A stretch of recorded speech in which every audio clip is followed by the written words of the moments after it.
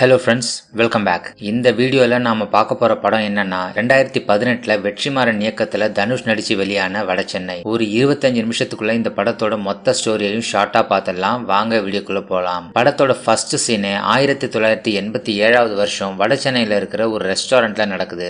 Guna, Senthil, Java, Palani, Velu இந்த 4 ரவுடிங்களும் ஒன்னா சேர்ந்து வடசென்னையிலே ஒரு பெரிய கேங்ஸ்டரை வெட்டி கொண்டு இருக்காங்க. பெரிய தலையை சாச்சாச்சு, இனி நம்ம ராஜ்யம் தானே பேசிக்கிறாங்க. 4 பேர் சேர்ந்து கொலை பண்ணாலும் 2 பேர் மட்டும் போலீஸ்ல சரண்டர் ஆகி ஜெயிலுக்கு போலான்னு, மத்த 2 பேரும் வெளியே இருந்து பணம் சேர்ந்ததும் இவங்களை பெயில் எடுக்கலான்னு செந்தில் ஐடியா சொல்றாரு. அதுபடி வேலுவும் குணாவும் இந்த கொலை கேஸ்ல சரண்டர் ஆகி ஜெயிலுக்கு போறாங்க. ஒரு மாசத்துல பெயில் எடுக்கிறதா செந்தில் சொன்னதை நம்பி இந்த 2 பேரும் ஜெயிலுக்கு போனாங்க. ஆனா ஒரு வருஷம் ஆகி இவங்க ஜெயில தான் இருக்கிறாங்க. இதனால ஃப்ரெண்ட்ஸா இருந்த குணாவுக்கும் செந்திலுக்கும் நடுவுல விரோதம் உண்டாகுது. கொஞ்ச நாள்ல குணாவும் வேலும் எப்படியோ வெளியே வந்துடுறாங்க. ஒரு 13 வருஷம் கடந்து போகுது. செந்தில் இப்போ ட்ரக் பிசினஸ் பண்ணிட்டு இருக்காரு. அவரோட பிசினஸ் வெளியே மட்டும் இல்லாம ஜெயிலுக்குள்ளேயும் ஆளுங்களை வச்சு பண்ணிட்டு இருக்காரு. செந்தில் சார்பா ஜெயிலுக்குள்ள ட்ரக் பிசினஸ் நடத்துறது தாஸ். போலீஸ்க்கு தெரியாம எப்படியோ ட்ரக்ஸை மறைச்சு ஜெயிலுக்குள்ள எடுத்துட்டு வருது ராஜு. செந்தில் இன்னும் கொஞ்ச நாள்ல அரசியல் இறங்கலான்னு பிளான் பண்ணிருக்கிறதுனால அவர் பேர்ல பெண்டிங்ல இருக்கிற கேஸை முடிக்கிறதுக்காக அவரும் இப்ப ஜெயில தான் இருக்காரு. அங்க இருந்தே கைதுங்களுக்கு ட்ரக்ஸை வித்து சம்பாதிச்சிட்டு இருக்காரு. ஜெயில இருக்கிற ஜெயிலர், போலீஸ்னு எல்லாரும் செந்தில் கேங்க பார்த்து ரொம்ப பயப்படுவாங்க.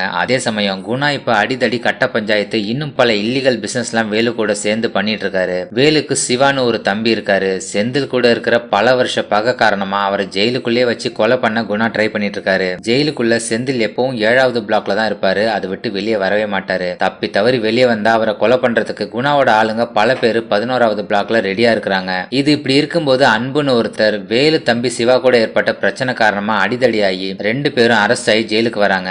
ஜெயிலுக்குள்ள சிவா செந்திலோட ஆளு ராஜுவை கொலை பண்ண ட்ரை பண்ணும்போது அதை பாக்குற அன்பு உள்ள பூந்து ராஜுவை காப்பாத்தும் போது அவரு கையில சின்னதா காயம்பட்டுருது. சிவா தன்னை காப்பாத்தினதுனால ராஜுவும் அன்பு கூட ஃப்ரெண்ட் ஆயிடுறாரு. குணாவோட ஆளு வேலுவும் இப்ப ஜெயில தான் இருக்காரு. ராஜுவை கொல்ல நடந்த முயற்சியை அன்பு தடுத்ததுனால வேலுவும் அவர் ஆளுங்களும் இப்ப அன்புவை டார்கெட் பண்றாங்க. ஜெயில் ஆபீசர்ட்ட சொல்லி அன்பு அவங்க இருக்கிற 11வது பிளாக்ல போட வச்சிடறாங்க. அங்க போனதும் வேலு அன்புவை எங்களுக்கு எதிராக நீ ஏதாவது பண்ணா கொன்னுடுவேன்னு சொல்லி மிரட்டி ஒழுங்கா இங்க நாங்க சொல்ற வேலையை கேட்டு இருக்கணும்னு சொல்லி இவங்களுக்கு எடுபடி வேலை செய்யறதுக்காக அன்புவை வச்சுக்கிறாங்க. இங்க இந்த 11வது பிளாக்ல இருக்கிறது சேஃப்டி இல்லைன்னு நினைக்கிற அன்பு எப்படியாவது அந்த பிளாக்கை விட்டு வெளியே போய் செந்தில் பிளாக்கு போயிடலான்னு நினைக்கிறாரு. இப்ப ஜெயிலுக்கு புதுசா வந்திருக்க ஜெயிலர் ரொம்ப ஸ்ட்ரிக்டா இருந்து ஜெயிலுக்குள்ள நடக்கிற இல்லீகல் பிசினஸ் எல்லாம் தடுக்கணும்னு ட்ரை பண்ணிட்டு இருக்காரு.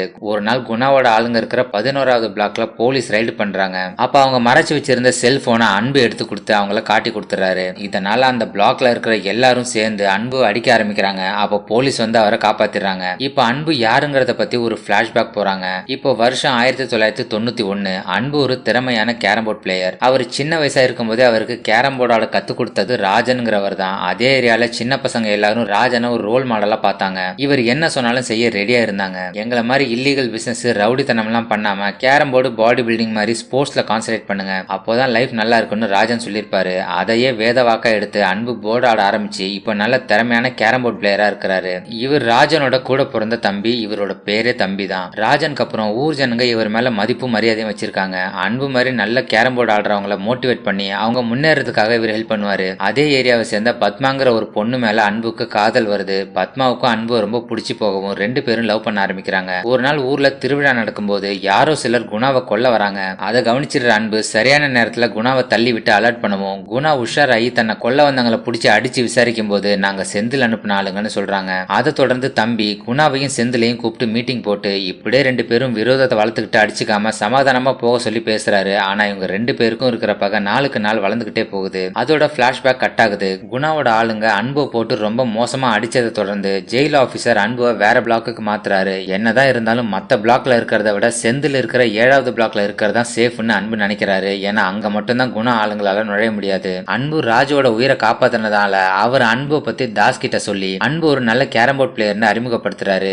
செந்திலுக்கும் கேரம் போர்டு ஆடுறதுனா ரொம்ப பிடிக்கும். அன்புவை செந்தில் பிளாக் கூட்டு போய் செந்தில் கூட கேரம் போர்டு ஆட வைக்கிறாங்க. அன்பு செந்திலை விட நல்லா போர்டு ஆடுறத பார்த்து செந்தில் இம்ப்ரெஸ் ஆகுறாரு. போலீஸ் செக்கிங்க மீறி ஜெயிலுக்குள்ள போதை மருந்தை கொண்டு வர செந்தில் ஆளுங்க ரொம்ப சிரமப்படுறாங்க. ஆனா அன்பு விசாரணைக்காக கோர்ட்டுக்கு போயிட்டு வரும்போது அவர் மச்சான் ஹெல்ப்போட எப்படியே செருப்புக்குள்ள போதை மருந்தை மறைச்சு வச்சு எடுத்துட்டு வந்து ராஜு கிட்ட கொடுக்கவும் செந்தில் அன்புவை கூப்பிட்டு பேசுறாரு. நீ ஏன் எங்களுக்காக இதெல்லாம் செய்யறன்னு கேட்கும்போது 11வது பிளாக்ல இருக்கிற குண ஆளுங்க என்ன கொல்ல ட்ரை பண்றாங்க. இந்த பிளாக் தான் ரொம்ப சேஃப்டியான பிளாக்னு சொன்னாங்க. எனக்கு சேஃப்டி வேணும், அதுக்காக தான் பண்ணேன்னு அன்பு சொல்ல அன்புவை பத்தி மேற்கொண்டு விசாரிச்சு தெரிஞ்சுக்கிற செந்தில் அவர் அந்த பிளாக்லயே அவங்க கூட இருன்னு சொல்லிடுறாரு. இப்போ மறுபடியும் பிளாஷ்பேக் போகுது. அன்பும் பத்மாவும் லவ் பண்ணிட்டு இருக்க விஷயம் கொஞ்சம் கொஞ்சமா ஏரியா ஃபுல்லா தெரிய ஆரம்பிக்குது. ஒரு நாள் அன்பும் பத்மாவும் இருட்டுல இருந்து கிஸ் பண்ணிட்டு இருக்கிறத அந்த ஏரியாவை சேர்ந்தவங்க பார்த்து இதனால பத்மாவோட பேர் ரொம்ப டேமேஜ் ஆகுது. ஏரியால எல்லாரும் பத்மாவை கலாய்க்கிறாங்க. ஜாவா பழனி பத்மாவை போற வழியில வச்சு எனக்கும் ஒரு கிஸ் கிடைக்குமான்னு கேட்டு கிண்டல் பண்ணவும் பத்மா இந்த விஷயத்த அன்புட்ட சொல்லி வருத்தப்படுறாங்க. உடனே அன்பும் கண்ணனும் போய் ஜாவா பழனி மீட் பண்ணி நீ ஆளை கிண்டல் பண்ண தப்பு, இனிமே அப்படி பண்ணாதன்னு சொல்லவும் ஜாவா பழனிக்கு கோவம் வந்து அன்புவையும் கண்ணனையும் 2 அறை விட்டு அனுப்புறாரு. ஆனா அன்புவால இதை அப்படியே சும்மா விட முடியல. நாம சின்ன பசங்க வெறும் கையோட போய் பேசுறதுனால நம்மள அடிச்சு அனுப்பிட்டான், இதே கையில கத்தி அருவான்னு வெப்பன்ஸோட போனா நம்மள ஒரு ஆளா மதிச்சு பேசுவான்னு நினைக்கிற அன்பு ஒரு முடிவெடுக்கிறாரு. குணாவோட தம்பி சங்கரோட பைக்ல எப்பவுமே 2 கத்தி அவர் வச்சிருப்பாரு. அது அன்புக்கும் நல்லா தெரியும். யாருக்கும் தெரியாம தெருவோரமா நின்னுட்டு இருந்த சங்கரோட பைக்ல இருந்த 2 கத்திய அன்பும் கண்ணனும் ஆளுக்கு ஒன்னா எடுத்து இடுப்புல சொருவிட்டு மறுபடியும் ஜாவா பழனியை பார்க்க போறாங்க. ஜாவா பழனி அப்பதான் கூட்டாளிகளோட சரக்கடிச்சிட்டு வீட்டுக்கு கிளம்புறாரு. 2 பேரும் அவரை வழிமறிச்சு மறுபடியும் பத்மாவை இப்படி டிஸ்டர்ப் பண்ற வேலையெல்லாம் வச்சுக்காதீங்கன்னு சொல்லிட்டு இருக்கும்போது கண்ணன் இடுப்புல சொறி வச்சிருந்த கத்தி கீழே விழுது. இதை பாக்குற ஜாவா பழனி இவங்க நம்மள கொல்ல வந்திருக்காங்கன்னு நினைச்சு அவரும் கையில ஒரு கத்தி எடுத்து கண்ணனை குத்த போக கண்ணனை காப்பாத்த வேற வழி இல்லாம அன்பு ஜாவா பழனியை குத்திடுறாரு. அப்பையும் ஜாவா பழனி 2 பேரையும் குத்த ட்ரை பண்றாரு. தற்காப்புக்காக அன்பும் கண்ணனும் ஜாவா பழனிய மாறி மாறி குத்திட்டு கத்தி அங்கேயே விட்டு எஸ்கேப் ஆயிடுறாங்க. பிளாஷ்பேக் இதோட கட் ஆகி மறுபடியும் பிரசன்ட்க்கு வருது. அன்பு இப்ப செந்தில் கூட 7th பிளாக்ல சேஃபா இருக்காரு. ஒரு நாள் அவர் செந்தில் கிட்ட ஜெயில நிறைய கேரம் போர்ட் பிளேயர்ஸ் இருக்காங்க, எல்லாரையும் வச்சு ஜெயிலுக்குள்ளே ஒரு கேரம் டோர்னமெண்ட் நடத்தினா ஜெயில் சூப்பரிண்டன் கிட்ட ஒரு நல்ல பேர் கிடைக்கும், அதை வச்சு ஜெயிலுக்குள்ள ஈஸியா ட்ரக்ஸ் விற்க சான்ஸ் கிடைக்கும்னு ஐடியா கொடுக்க செந்திலுக்கும் அன்பு சொல்றது சரின்னு படுது. அடுத்ததா செந்தில் ஜெயில் சூப்பரிண்டன் கிட்ட இதை பத்தி பேசவும் அவரும் ஸ்போர்ட்ஸ்க்கு சப்போர்ட் பண்றவரா இருக்கறனால இதுக்கு ஓகே சொல்லிடுறாரு. கூடிய சீக்கிரமே ஜெயில் கைதிகளுக்குள்ள ஒரு கேரம் போர்ட் டோர்னமெண்ட் ஏற்பாடு பண்றாங்க. எல்லா பிளாக்ல இருக்கிற பிளேயர்ஸ் எல்லாம் இதுல கலந்துக்கிறாங்க. முதல்ல நாக் அவுட் ரவுண்ட்ஸ் எல்லாம் அந்தந்த பிளாக்லயே நடக்கும். அதுல ஜெயிக்கிறவங்களுக்கு குவார்டர் ஃபைனல் செமி ஃபைனல்ஸ் எல்லாம் பிளாக்கு வெளியே நடக்கும். நாக் அவுட் ரவுண்ட்ல அன்பு செந்தில்னு நல்ல ஆடுறவங்க எல்லாம் ஜெயிச்சு செலக்ட் ஆயிடுறாங்க. குவார்டர் ஃபைனல் செமி ஃபைனல்ஸ் எல்லாம் பிளாக்கு வெளியே திறந்த வெளியில டென்ட் போட்டு நடத்த போறாங்க. எல்லா பிளாக் ஆளுங்களையும் ஒன்னா ஒரே இடத்துல வச்சு கேம் நடத்தினா அதுல ரிஸ்க் இருக்கு. ஏற்கனவே இங்க 2 கேங்குள்ள பகை இருக்கு. கைதிகளுக்குள்ள கலவரம் நடக்கும். ஒருத்தன் வெட்டிட்டு செத்துருவான்னு ஜெயில் ஆபீசர் சூப்பரிண்டன் கிட்ட சொல்ல சாகட்டையா இவங்கெல்லாம் இப்படி இவங்களுக்குள்ளே அடிச்சிட்டு செத்தாதான் ஜெயில் சுத்தமாகும்னு அவரு சொல்லிடுறாரு. இத்தனை நாள செந்தில் 7வது பிளாக்கை விட்டு வெளியே வரவே மாட்டாரு. இப்போ டோர்னமெண்ட்காக வெளியே வந்துதான் ஆகணும். இந்த சான்ஸை சரியா யூஸ் பண்ணி செந்தில போட்டு தள்ளி ஆகணும்னு 11வது பிளாக்ல இருக்கிற வேலுவும் அவர் ஆளுங்களும் பிளான் பண்றாங்க. அவங்க ஆளுங்க எல்லாத்தையும் வெப்பன்ஸை கொடுத்து இந்த தடவை மிஸ் ஆகக்கூடாதுன்னு சொல்லி ரெடி ஆகுறாங்க. செந்தில போடுறதுக்காக குண ஆளுங்க ரெடியா இருக்காங்கன்னு இங்க செந்திலுக்கும் தகவல் கிடைச்சிருது. அவரோட ஆளுங்களும் அதை சமாளிக்க வெப்பன்ஸோட ரெடி ஆகுறாங்க. செந்தில வெளியே வர வேணான்னு தாஸ் தடுக்கிறாரு. நாம நடத்துற டோர்னமெண்ட்ல நாமளே ஆடலன்னு எப்படின்னு சொல்லி செந்தில் வெளியே வர முடிவெடுக்கிறாரு. ஆனா அப்ப எதிர்பாராத விதமா கேட்ல செந்திலோட விரல் மாட்டி காயமாகவும் காயம்பட்ட விரலை வச்சு ஆட முடியாதுன்னு செந்தில் கேம்ல இருந்து விலகிறதா சொல்லி பிளாக்லயே இருக்கிறாரு. இது வேலுக்கும் ஒரு ஆளுங்களுக்கும் ஒரே ஏமாற்றமா இருக்கு. டோர்னமெண்ட்ல குவார்டர் ஃபைனல் செமி ஃபைனல்ஸ் எல்லாம் முடிஞ்சு ஃபைனல்ஸ்ல அன்பும் சிவாவும் ஆட போறாங்க.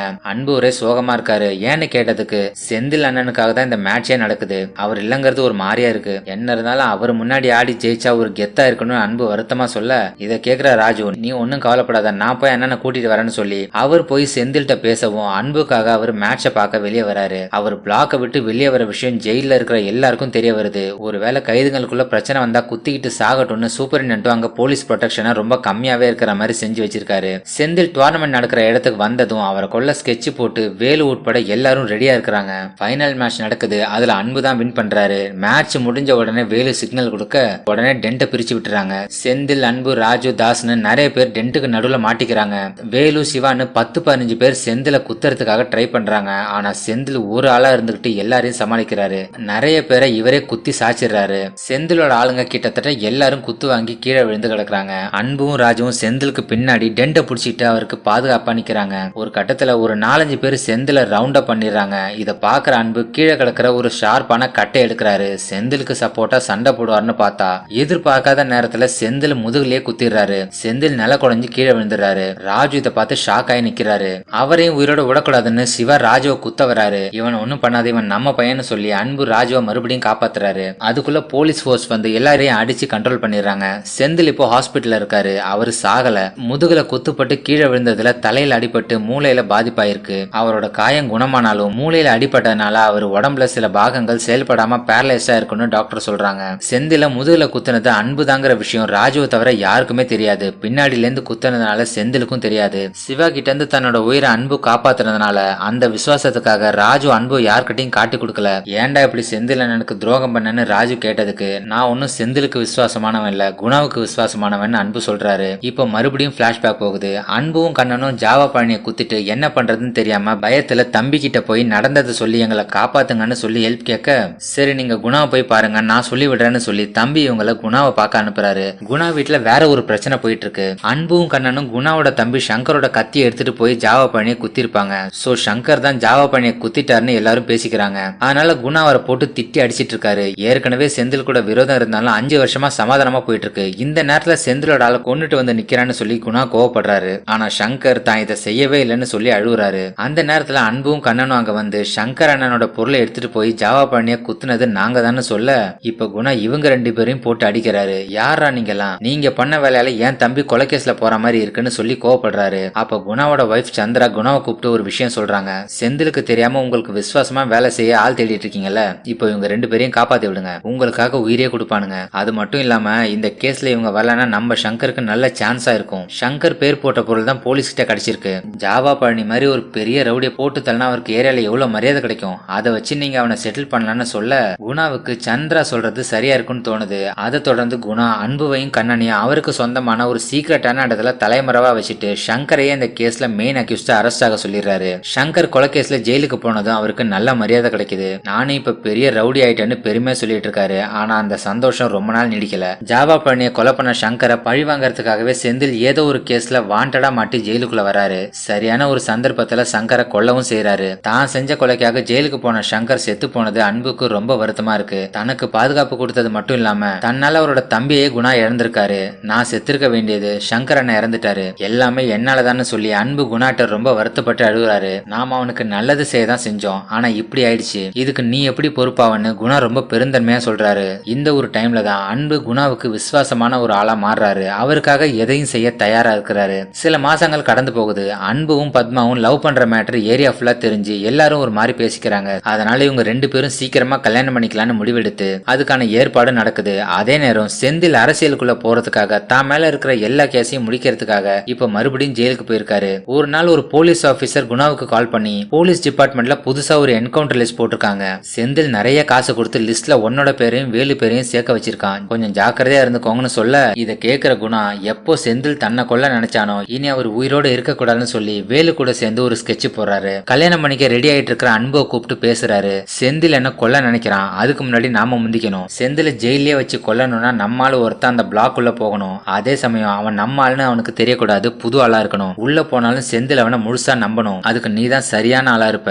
செந்தில் நல்லா கேரம் போர்டு ஆடுவான், நல்ல பிளேயர்ஸ் கூட கேம் ஆடணும்னு ஆசைப்படுவான். நீ போர்டு ஆடுறத பார்த்தா மிரண்டு போயிடுவான், உன்னை அவன் பிளாக் உள்ள சேர்த்துப்பான். நீ செய்ய வேண்டியது என்னன்னா எப்படியாவது ஜெயிலுக்குள்ள போய் நல்லா கேரம் போர்டு ஆடி அவன் நம்பிக்கையை சம்பாதிச்சு அவன் பிளாக் உள்ள போயிடு. எப்படியாவது ஒரு சந்தர்ப்பத்துல அவனை பிளாக்கை விட்டு வெளியே வர வச்சுட்டா போதும், மத்தது ஜெயிலுக்குள்ள இருக்கிற எங்க ஆளுங்க பாத்துப்பாங்க. எனக்காக இந்த உதவியை செய்வியான்னு குணா கேட்க குணா தனக்கு செஞ்ச உதவிக்கு கைமாறா அவருக்காக எது வேணாலும் செய்ய தயாரா இருக்கிற அன்பு இதை செய்ய ஒத்துக்கிறாரு. சோ நம்ம ஆரம்பத்துல இருந்து பார்த்தது எல்லாமே குணா ஸ்கெட்ச் போட்டு கொடுத்தபடிதான் நடந்திருக்கு. அன்பும் வேலுவோட தம்பி சிவாவும் நடு ரோட்ல நின்று வேணும்னே சண்டை போட்டிருக்காங்க. தடுக்க வந்த போலீஸை அடிச்சு கேஸ் வாங்கி ஜெயிலுக்குள்ள வந்திருக்காங்க. சிவா ராஜுவை குத்துறா மாதிரி போனது அன்பு அவரை தடுக்கிற மாதிரி தடுத்து ராஜுவை காப்பாத்தி அவர் கூட ஃப்ரெண்ட் ஆகி அது மூலமா செந்திலுக்கு அறிமுகமாகி நல்லா கேரம் போர்டு ஆடி அவரை இம்ப்ரெஸ் பண்ணி அவரோட பிளாக்ல இருந்து இந்த கேரம் போர்டு டோர்னமெண்ட் நடத்த வச்சு கேம காரணமா வச்சு செந்தில பிளாக் விட்டு வெளியே வர வச்சதுன்னு எல்லாமே பக்கா பிளானிங் தான். ஆனா அன்பு தான் கையாலே செந்தில கொல்ல நினைக்கல. அந்த சூழ்நிலையில செந்தில யாராலையும் நெருங்க முடியல. போட்ட ஸ்கெட்ச் வீணா போயிடக்கூடாதுன்னு வேற வழி இல்லாம தான் செந்தில குத்திருக்காரு. இதோட இந்த பிளாஷ்பேக் முடியுது. கொஞ்ச நாள்ல அன்பும் பெயில வெளியே வந்துடுறாரு. சொன்னபடி எல்லா பிளானையும் கரெக்டா செஞ்ச அன்பு தான் கூடவே இருந்து வேலை செய்யணும் குணா சொல்ல, ஆனா அதுல எல்லாம் எனக்கு விருப்பம் இல்ல, அடிதடி எல்லாம் எனக்கு வேணாம், நல்லா கேரம் ஆடி அந்த கோட்டால வேலை வாங்கி ஏரியால கௌரவமா இருக்கலாம்னு ஆசைப்பட்டேன். ஆனா என்னென்னமோ நடந்துருச்சு. ஏரியால தம்பி கண்ட்ரோல்ல இருக்கிற கேரம் அசோசியேஷனை பாத்துக்க போறதா சொல்லிட்டு அன்பு போயிடுறாரு. ஒரு 2 வருஷம் கடந்து போகுது. அன்புக்கும் பத்மாவுக்கும் கல்யாணம் ஆயிடுச்சு. அவர் இப்ப கேரம் போர்டு அசோசியேஷன் இன்சார்ஜா இருந்து ஏரியா பசங்களுக்கு எல்லாம் ட்ரைனிங் கொடுத்துட்டு இருக்காரு. செந்தில் பழையபடி இல்லாம கை கால் வாயெல்லாம் இழுத்துக்கிட்டு ரொம்ப கஷ்டப்பட்டு இருக்காரு. இப்போ மத்தவங்களோட உதவி இல்லாம நடமாடவோ வேற எந்த வேலையும் செய்யவோ அவரால் முடியாது. ஏரியால அவர் மேல இருந்த பயம் இப்ப யாருக்குமே இல்ல. தம்பியோட பொண்ணுக்கு மஞ்சள் நீராட்டு விழா ஃபங்க்ஷன் நடக்குது. குணா செந்தில் அன்புன்னு தம்பி எல்லாரையும் கூப்பிடுறாரு. ஃபங்க்ஷன்ல செந்தில் அன்புவை பார்த்து அவர் தான் தன்னை குத்துனதுன்னு தெரியாம நல்லா இருக்கியான்னு விசாரிக்கிறாரு. ஃபங்க்ஷன் முடிஞ்சதுக்கு அப்புறம் அங்க ஒரு மீட்டிங் நடக்குது. ஹார்பருக்கு கண்டெய்னர்ஸை கொண்டு வர ஒரு அகலமான ரோடு போட பிளான் பண்ணிட்டு இருக்காங்க. அந்த ரோடு இவங்க ஊர் வழியா போகுது. சோ ஊர் ஜனங்களை அந்த இடத்தை விட்டு காலி பண்ணணும். அவங்களுக்கு எல்லாம் 6 கிலோமீட்டர் தள்ளி தள்ளி இருக்கிற ஒரு இடத்துல வீடு கட்டி தரதாவும் அவங்க ப்ராமிஸ் பண்றாங்க. ஊர் ஜனங்களை காலி பண்ண குணாவும் செந்திலும் ஒன்னா சேர்ந்து கோஆபரேட் பண்ணா நடக்க வாய்ப்பு இருக்கு. அதனால அந்த ரோட் கான்ட்ராக்டர் இவங்களை சமாதானமா போய் மக்களை காலி பண்ணி கொடுத்தா ஒரு பெரிய அமௌண்ட்டை கமிஷனா கொடுக்கறதா சொல்றாரு. செந்தில் கேங்கோட சமாதானமா போக குணா ரெடியா இருக்கிறாரு. ஆனா செந்தில் சைடுல என்ன சொல்றாங்கன்னா, செந்தில குத்துன உங்களோட அந்த ஆளு யாருன்னு எங்கள்கிட்ட சொல்லணும், அவனை கொன்னு நாங்க பழி தீக்கணும், அப்பதான் நாங்க சமாதானத்துக்கு வருவோம்னு அவங்க சொல்றாங்க. செந்தில குத்துன அன்புவை கமிஷன் பணத்துக்காக காட்டி கொடுக்கலாமான்னு சொல்லி குணா யோசிக்கிறாரு. இத பாக்குற அன்புக்கு குணாவோட கெட்ட எண்ணம் புரிஞ்சிருது. வேகமா அங்கிருந்து கிளம்பிடுறாரு. அந்த மீட்டிங்கும் எந்த ஒரு சமாதானமும் இல்லாம முடியுது. குணா தன்னை காட்டி கொடுத்துருவாரோன்னு அன்பு நினைக்கிறாரு. அவங்களுக்காக தானே நீ இதை செஞ்ச, அது எப்படி உன்னை காட்டி கொடுப்பாங்கன்னு பத்மா கேட்க, இவங்க எல்லாம் ராஜன் அண்ணன் கூட இருக்கும் போதே இவங்களை நான் பாத்துட்டு இருக்கேன், இவங்களுக்கு ஆதாயம் இருக்குன்னு என்ன வேணாலும் பண்ணுவாங்கன்னு சொல்லி அன்பு ஒரு பிளாஷ்பேக் சொல்ல ஆரம்பிக்கிறாரு. பல வருஷங்களுக்கு முன்னாடி இதே ஏரியால ராஜன் ஒரு பெரிய ஸ்மக்லர் இருந்தாரு. கட்டுமரங்கள்ல கடலுக்கு போய் பெரிய கப்பல்ல கொண்டு வரப்படுற வெளிநாட்டு பொருட்களை கடத்தி கொண்டு வந்து மார்க்கெட்ல விக்கிறதா இவரோட தொழில். இவர் கூட தான் செந்தில், குணா, வேலு, தம்பி, ஜாவா, பழனி எல்லாம் அசிஸ்டண்டா வேலை செஞ்சிட்டு இருந்தாங்க. அது மட்டும் இல்லாம அந்த ஏரியாலே ராஜன் தான் மிகப்பெரிய ரவுடி. அவர்கிட்ட மோதுறதுக்கு யாருக்கும் துணிச்சல் இல்ல. என்னதான் ராஜன் ஒரு ரவுடியாவும் அவரு சேர்ந்து ஸ்மக்லிங்கா இருந்தாலும் அவர் ரொம்ப நல்லவர், ஊருக்காக நல்லது செய்வாரு. ஒரு நாள் ஏரியால மக்களுக்குள்ள ஒரு மீட்டிங் நடக்குது. லோக்கல் பொலிட்டிஷியனான முத்துவும் சில ஆபீசர்ஸும் வந்திருக்காங்க. கவர்மெண்ட் உங்க குப்பத்தை எல்லாம் காலி பண்ணிட்டு ஃபேக்டரி, கம்பெனி எல்லாம் கட்ட போறாங்க. குப்பத்து ஜனங்களுக்கு வேற ஒரு இடத்துல வீடு கட்டி கொடுக்கறோம். அதனால இந்த மக்கள் எல்லாரும் இந்த ஏரியாவை காலி பண்ணி கொடுக்கணும்னு அவங்க சொல்ல, ராஜனுக்கு இது சரியா படல. ஜனங்களும் ராஜன் இதுக்கு சரின்னு சொன்னா நாங்க ஒத்துக்கிறோம்னு சொல்ல, ராஜன் என்ன சொல்றாருன்னா, நீங்க பணம் சம்பாதிக்கிறதுக்காக இந்த ஜனங்களை ஊரை காலி பண்ண சொல்றீங்க. ஊரை காலி பண்ணிட்டு போய் உங்க பொழப்புக்கு என்ன செய்வாங்க? மக்களோட தொழிலே இந்த கடலை நம்பிதான் இருக்கு. கடலை விட்டு தூரமா போயிட்டா அவங்க எப்படி தொழில் செய்வாங்க? ஜனங்களுக்கு நல்லது செய்யறங்கிற பேர்ல எங்க பொழப்ப கெடுக்க நினைச்சா அதை பார்த்துட்டு நான் சும்மா இருக்க மாட்டேன்னு சொல்லி ராஜன் முத்துவை எதிர்த்து பேசுறாரு. ஊரை காலி பண்ண முடியாதுன்னு சொல்றாரு. தான் இல்லாதப்ப போலீஸோ இல்ல ரவுடிங்களோ வந்து ஜனங்களை காலி செய்ய சொல்லி பிரச்சனை பண்ணுவாங்கன்னு ராஜன் இனிமே ஸ்மக்லிங் பண்ண கடலுக்கு போறதில்லைன்னு முடிவெடுக்கிறாரு. ராஜனோட இந்த முடிவு கூட இருக்கிற செந்திலுக்கு பிடிக்கல. அதே ஏரியாவை சேர்ந்த சந்திராங்கிற பொண்ணுக்கு ராஜனை ரொம்ப பிடிச்சி போகவும் ஒரு லவ் மூடோடவே அவங்க அடிக்கடி ராஜனே பாக்குறாங்க. இத பாக்குற ராஜன் சந்திரா தன்னை லவ் பண்றத புரிஞ்சுக்கிட்டு அவங்க வீட்டுக்கு போய் பொண்ணு கேக்குறாரு. சந்திராவோட அப்பா முதல்ல மறுத்தாலும் சந்திரா அவங்க ராஜனை தான் கட்டிப்பன்னு ரொம்ப உறுதியா சொல்ல, அதை தொடர்ந்து ராஜனுக்கும் சந்திராவுக்கும் ஊர் அறிய கல்யாணம் நடக்குது. கொஞ்ச நாள் லைஃப் நல்லா போயிட்டு இருக்கு. ஒரு நாள் ஒரு போலீஸ் ஆபீசர் தலைமையில பெரிய போலீஸ் டீம் ஊருக்குள்ள வராங்க. கட்டு மரத்தை எல்லாம் பிரிச்சு ஊர் ஜனங்களை வலுக்கட்டாயமா காலி பண்ண போறதா சொல்றாங்க. ராஜன் அந்த ஆபீசர்ட்ட போய் எதிர்த்து பேசி போலீஸ் எல்லாம் ஊரை விட்டு வெளியே போக சொல்ல, அந்த ஆபீசர் ராஜனை அடிச்சிடுறாரு. உடனே ராஜன் அந்த ஆபீசரை திருப்பி அடிச்சிடுறாரு. கூட வந்த சில போலீஸையும் அடிச்சு விரட்டிட்டு அந்த ஆபீசர் கழுத்துல கத்திய வச்சு மடக்கி பிடிச்சு ராஜனும் அவர் ஆளுங்களும் அவரை ஒரு போட்ல ஏத்தி கடலுக்குள்ள கூட்டிட்டு போயிடுறாங்க. போலீஸ் ஆபீசரை மீட்க கவர்மெண்ட் ஆபீசர்ஸ் வந்து ராஜன் கூட பேச்சுவார்த்தை நடத்துறாங்க. ஆபீசரை உயிரோட விடணும்னா இந்த ஃபேக்டரி கட்டுற ப்ராஜெக்ட கேன்சல் பண்றோம்னு அபிஷியலா ஆர்டர் பாஸ் பண்ணணும்னு ராஜன் டிமாண்ட் பண்ணதும் அவர் கேட்டபடியே இந்த ப்ராஜெக்ட கவர்மெண்ட் கேன்சல் பண்றாங்க. ராஜனை ஊர் மக்கள் பாராட்டி கொண்டாடுறாங்க. ராஜன் கூட இருக்கிற செந்திலுக்கு ராஜன் மாதிரி ஆகணுங்கிற ஆசையை அந்த பொலிட்டீஷியன் முத்து யூஸ் பண்ணி அவரை வச்சு ராஜனை எப்படியாவது காலி பண்ணணும்னு பாக்குறாரு. அந்த நேரத்துல தான் எம்ஜிஆர் இறந்து போனாரு. ராஜன் எம்ஜிஆர் சாவுக்காக போயிருக்கும் போது முத்து அவருக்கு தெரியாம செந்தில ஸ்மக்லிங் பண்றதுக்காக கடலுக்கு அனுப்புறாரு. செந்தில், ராஜனோட ஆளுங்க, அப்புறம் இன்னும் அந்த ஏரியாவை சேர்ந்த சில காலேஜ் பசங்களை எல்லாரையும் கூட்டிட்டு கடலுக்கு போனப்போ முத்து போலீஸ்க்கு இன்ஃபர்மேஷன் கொடுத்து அவங்க எல்லாரையும் அரெஸ்ட் பண்ண வச்சிடறாரு. ராஜனுக்கு இந்த விஷயம் தெரிஞ்சு தனக்கு தெரியாம ஸ்மக்லிங் பண்ண கடலுக்கு போனதால செந்தில், குணா, பழனி, வேலுன்னு 4 பேரையும் ஏரியால இருக்கிற எல்லாரும் முன்னாடியும் திட்டி அடிச்சிடறாரு. இதை செந்தில் ஒரு பெரிய அவமானமா நினைக்கிறாரு. இதனால செந்திலுக்கு ராஜன் மேல ரொம்ப கோவம் வருது. ராஜன் இருக்கிற வரைக்கும் நீங்க நினைக்கிறது நடக்காது, உங்களால முன்னேறவும் முடியாது, அதனால ராஜனை கொன்னுடுங்கன்னு சொல்லி செந்திலையும் ஜாவா, பழனியும் முத்து தூண்டி விடுறாரு. செந்தில் இந்த விஷயத்துல குணாவையும் வேலுவையும் பிரைன் வாஷ் பண்ணி அவங்களையும் இதுக்கு சம்மதிக்க வச்சு எல்லாருமா சேர்ந்து ராஜனை கொன்னுடலான்னு முடிவு பண்றாங்க. அன்னைக்கு நைட்டு ராஜன் கிட்ட பேசி பிரச்சனையை தீர்க்கலான்னு சொல்லி ராஜனை ஒரு ஹோட்டலுக்கு வர வைக்கிறாங்க. ராஜனும் தான் அடிச்சதுல பசங்க கொஞ்சம் வருத்தமா இருப்பாங்க, பேசி சமாதானப்படுத்தலான்னு சொல்லி அந்த ஹோட்டலுக்கு வராரு. ராஜனை கொல்றதுக்காக டேபிளுக்கு அடியில இந்த 4 பேரும் அருவா கத்திகளை மறைச்சு வச்சிருக்காங்க. இவங்க எல்லாரும் உட்காந்து பேசிட்டு இருக்கும்போது டேபிளுக்கு அடியில மறைச்சு வச்சிருந்த ஒரு கத்தி கீழே விழவும் ராஜன் அதை பார்த்துட்டு ரொம்ப ஷாக் ஆகுறாரு. நம்மள கொல்ல எல்லாரும் பிளான் பண்ணிட்டாங்கன்னு புரிஞ்சுக்கிறாரு. இருந்தாலும் அவர் கோவப்படல. நம்ம தம்பிங்களே நம்மள கொல்ல நினைக்கிறாங்களேன்னு வருத்தப்படுறாரு. ராஜனை கொல்ல ஸ்கெட்ச் போடுறது இப்ப அவருக்கு தெரிஞ்சிருச்சு. இனி அவரை உயிரோட விடக்கூடாதுன்னு நினைச்சு 4 பேரும் சேர்ந்து ராஜனை கத்தியாலேயே குத்த ஆரம்பிக்கிறாங்க. கொஞ்ச நேரத்துல இந்த 4 பேருமா சேர்ந்து ராஜனை சரமாரியா வெட்டி கொல்றாங்க. இந்த சீன் தான் இந்த படத்தோட ஃபர்ஸ்ட் சீனா இருக்கும். ராஜன் செத்தது ஊர் ஜனங்க எல்லாருக்கும் ரொம்ப பெரிய அதிர்ச்சியா இருக்கு. எல்லாரும் அழுகுறாங்க. ஆனா சந்திரா மட்டும் அழல. உங்களை கொன்னவங்களை தனித்தனியா பிரிச்சு ஒருத்தனை அடிச்சிட்டு சாகர மாதிரி செய்வேன். 4 பேர்ல கடைசியாலும் செத்ததுக்கு அப்புறம் தான் நான் அழுவேன்னு சொல்லி ராஜன் டெட் பாடி முன்னாடி ப்ராமிஸ் பண்றாங்க. இதோட இந்த பிளாஷ்பேக் முடியுது. இப்போ பிரசன்ட்ல ஊர் ஜனங்களுக்குள்ள ஒரு மீட்டிங் நடக்குது. இவங்க ஊருக்கு மேல வரப்போற ரோடு கன்ஸ்ட்ரக்ஷன் நடக்க கூடாதுன்னு இவங்க ஊரை சேர்ந்த ஒரு படிச்ச யங்ஸ்டர் ஸ்டே வாங்கியிருக்காரு. அந்த ஸ்டேவை கேன்சல் பண்ணா இங்க பெரிய ரோடு வரும், அது மூலமா ஊருக்கு நல்ல வளர்ச்சி திட்டங்கள் வரும்னு ஆபீசர்ஸ் மக்கள் கிட்ட பேசுறாங்க.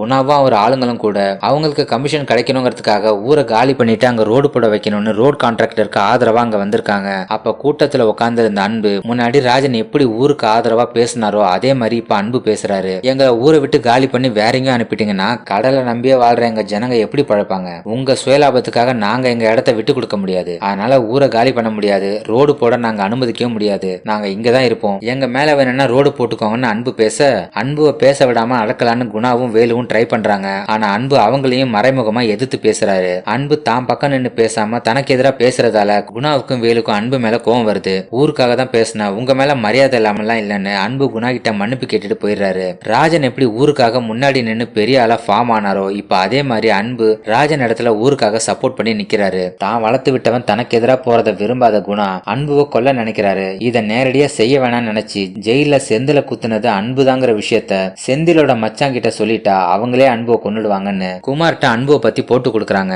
தன்னோட மாமாவை முதுகுல குத்தி இந்த நிலைமைக்கு ஆளாக்குனவனை கொன்னு பழித்துக்கலான்னு காத்துட்டு இருந்த குமாருக்கு அன்பு தான் செந்தில குத்துனதுன்னு தெரிஞ்சதும் அவரை கொல்றதுக்காக பிளான் பண்றாரு. அன்புவோட உயிருக்கு ஆபத்துன்னு தெரிஞ்சதும் சந்திரா தம்பியை மீட் பண்ணி அன்பு தான் என் புருஷன் ராஜனை சாவடிச்ச எல்லாரையும் சாவடிக்க போறான், அதனால அவன் உயிருக்கு எந்த ஆபத்தும் இல்லாம பாத்துக்கோன்னு சொல்ல, குணா கூட இத்தனை வருஷம் வாழ்ந்து இன்னுமா அண்ணன் சாவுக்கு பழிவாங்க நினைக்கிறீங்கன்னு கேட்க, அப்போதான் சந்திரா ஒரு பெரிய விஷயத்த ரிவீல் பண்றாங்க.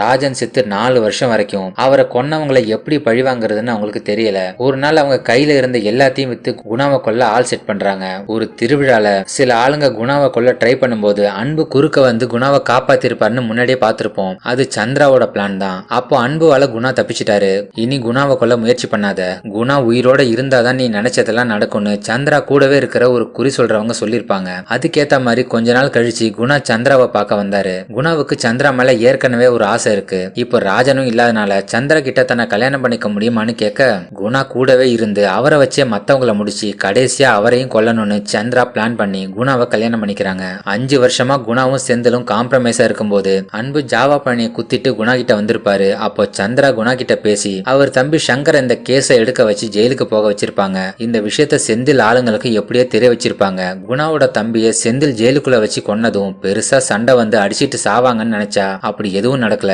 கொஞ்சம் வருஷத்துக்குள்ளேயே செந்தில் அரசியலுக்குள்ள என்ட்ராக மறுபடியும் காம்ப்ரமைஸ் ஆக பிளான் நடந்தது. அப்போதான் சந்திரா அவருக்கு தெரிஞ்ச ஒரு போலீஸ் ஆபீசர்ட்ட பேசி செந்தில் குணாவை என்கவுண்டர் பண்ண பிளான் பண்ணிருக்காருன்னு குணாட்ட போய் சொல்ல வச்சு குணாவுக்கு செந்தில கொலை பண்ற எண்ணத்தை ஏற்படுத்திருப்பாங்க. செந்தில பிளாக்கை விட்டு வெளியே வர வைக்கிறதுக்காக தான் குணா அன்புவை ஜெயிலுக்கு அனுப்புனாரு. ஆனா அன்புவே தான் கையால செந்தில குத்திட்டாரு. ஜாவா பழனியும் அன்பு கையால தான் செத்தான். சோ ராஜனை கொன்ன எல்லாரோட உயிரும் அன்பு கையால தான் போகுதுன்னு சந்திரா நம்புறாங்க. அது மட்டும் இல்லாம இன்னைக்கு காலையில சந்திரா குளிக்கும் போது வேலுவோட தம்பி சிவா எட்டி பார்த்ததா சந்திரா குணா கிட்ட போய் சொல்லிட்டாங்க. இதை நம்பி குணா சிவாவை அடிக்க போக சிவாவுக்கு சப்போர்ட்டா என் தம்பி இப்படி எல்லாம் பண்ணிருக்க மாட்டான்னு வேலு குணாவை எதிர்த்து பேசி சண்டை ஆயிடுச்சு. இப்போ குணாவும் வேலுவும் பிரிஞ்சுட்டாங்க. பல வருஷங்களுக்கு முன்னாடில இருந்தே ராஜனுக்கு விசுவாசமா ஒரு 7-8 பேர் இருக்காங்க. அவங்க ராஜன் சாவுக்கு பழிவாங்க சந்திரா என்ன சொன்னாலும் செய்ய ரெடியா இத்தனை வருஷமா வெயிட் பண்ணிட்டு இருக்காங்க.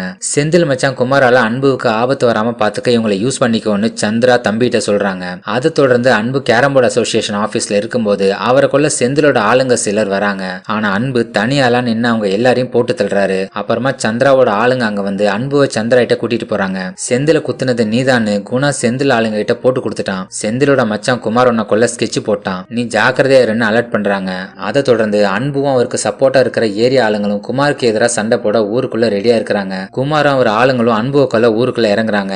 அன்பு கேங்குக்கும் குமார் கேங்குக்கும் நடுவுல சண்டை நடக்குது. 2 சைட்ல இருந்தும் சிலர் இறந்து போறாங்க. கடைசியா குமார் அன்பும் சண்டை போட்டுக்கிறாங்க. அன்பு குமாரை எப்படியோ சமாளிச்சு அடிச்சு சாச்சிடுறாரு. அதை தொடர்ந்து அன்னைக்கு ராத்திரி குணாவும் சந்திராவும் கார்ல போயிட்டு இருக்கும்போது அன்பு அவரை வழிமறிக்கிறாரு. குணா அன்புவை ஷூட் பண்ண கன் எடுக்கவும் அன்பு சந்திரா கழுத்துல கத்திய வச்சு குணாட்ட இருந்து கண்ணை பிடிங்கிறாரு. செந்தில்கிட்ட தன்னை போட்டு கொடுத்ததுக்காக குணாட்ட கோவமா பேசுறாரு. இனி எனக்கு எதிராவோ ஊருக்கு எதிராவோ ஏதாவது செஞ்சா எல்லாரையும் கொன்னுடுவேன்னு சொல்லி மிரட்டுறாரு. ஊருக்காக சண்டை செஞ்ச அன்புவை ஊர் மக்கள் பெருசா பாக்குறாங்க. ராஜனும் சந்திராவும் தங்கி இருந்த பழைய வீட்டு சாவிய சந்திராவோட ஆளுங்க அன்புகிட்ட கொடுத்து அங்கேயே அன்புவை தங்கிக்க சொல்றாங்க. ராஜன் இருந்த இடத்துல இப்ப ஊருக்காக அன்பு இருக்கிறாரு. ராஜனோட விரோதிங்க எல்லாரும் இப்ப அன்புக்கும் விரோதிகள் ஆயிட்டாங்க. எல்லாரும் அவரை கொலை பண்ண சரியான சந்தர்ப்பத்தை எதிர்பார்த்து காத்துட்டு இருக்காங்க. அன்பும் எல்லாத்துக்கும் தயாரா தான் இருக்கிறாரு. அண்ட் இதோட இந்த படமும் முடியுது.